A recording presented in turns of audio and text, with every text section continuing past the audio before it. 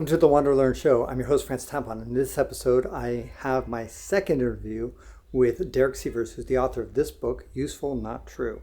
Fascinating book about how to reframe your life. We talk about how it applies to parenting and how do you do it in your day-to-day life. How, when you're stuck in a rut or you have a mental block or you're depressed, angry, sad, frustrated, how do you actually get out of that situation and start thinking of things in a different perspective? The whole idea about this book is how do you decode your life differently? And in this 6-minute interview, you get a lot of information. And we end the interview talking about why is it that we confuse facts and feelings? Let's dive in. 6 minutes of Derek Sivers. Tell me about how Useful, Not True has helped in your parenting journey. You have a son. And how do you teach him this concept? Because the earlier you figure this thing out, the better off you are as a human being, I think, right? So I imagine, but I think a lot of children might struggle to kind of grasp a concept that truth is kind of a relative thing. For when people declare truth, it is relative. Actually, he's lived it because his mom and I were only together for a year. It was a very short-lived relationship. She got pregnant, and here we are. So he's grown up with separate households his whole life. Two very different households. She's born in South India. I'm born in California. We have very different belief systems and household rules. So he's grown up living in two realities half the week each his whole life. So I think he didn't need me to preach it to him. I would think that for kids, it would have to be a paramount lesson that if you can somehow grasp it early. But you're saying that he did. I think so. I think he's already lived that it's seeing that there's different realities. It's like the concept of a third culture kid, right? That Right. has, I guess you could say he's actually grown up in three cultures because he's got my kind of California American perspective on the world. He's got her Indian view on the world. And then he's grown up in New Zealand, which is not completely dissimilar. It's not like we're in Saudi Arabia, but it's a different worldview slightly than either of his parents hold. So he's grown up inhabiting three worlds, and he's only 13. Yeah, I grew up the same way because my mom was from Chile. My father was French, and I was Right. born in San Francisco. And There you so go. same kind of thing, basically living in three cultures. So actually, they call that a fourth culture kid. If you want to reframe a situation and how can you move past some obstacles that you might have in your head? What techniques? Because you're not perfect either, Derek. So like, there's probably some times where you succumb to the same things that you advise people not to do. Yeah. It's just journaling. For me, journaling gets me out of it.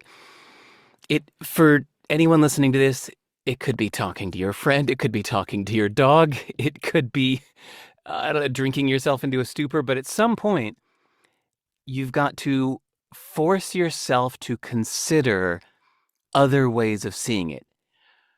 And I do mean force because your instinct and everything in you will say something like, this situation sucks. That person screwed me over and now I'm screwed. And that will just feel like a reality. And if you try to challenge yourself to see another point of view, your instinct is going to be to say, no, there's no other point of view. This is just how it is. So you have to force yourself to ask useful questions like, what's great about this? And go past your instinct to say, nothing's great about this. It's just bad. But force yourself to find something great about it. And then once you do, force yourself to find another way of looking at it. Just keep going. And at some point, you'll realize that no way of looking at this is right or wrong. It's just different ways of holding this 3D object in your hands and looking at it from different perspectives. And then you can choose one that helps you take the right actions or helps you feel at peace. Why, Derek, do you think that people confuse feelings with facts? Oh, because that's how we experience the world, right? Our senses take in a situation and we immediately judge it. there's a rat on the floor. Ew, that's gross. That's disgusting. How scary. And Other people audience, say by the way, food. yeah, I have pet rats right now. And part of the reason I have pet rats is because my initial reaction to getting a pet rat was, ew, gross. Are you kidding? That sounds like the worst idea ever. And when my boy said, no, look at YouTube, look, they're really cute, it was because I felt such an initial repulsion to the idea that I decided to do it. I thought, yeah, this is a prejudice I can reverse. That's the same reason I went to China for my first time last year. That's the same reason I went to the Middle East for my first time 2 years ago. In traveling, I notice I have a prejudice against places.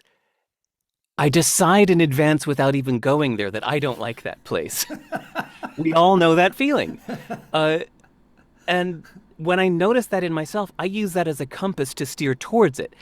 Ideally, I would keep doing that for my whole life, steering into my prejudices to go towards them, get inside of them, and get to know them, because I think the prejudice usually just means I don't understand it well enough.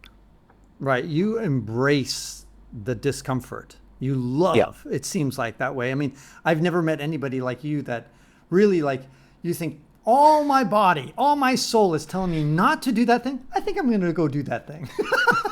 That's Well, like Derek. but see, you still hold some things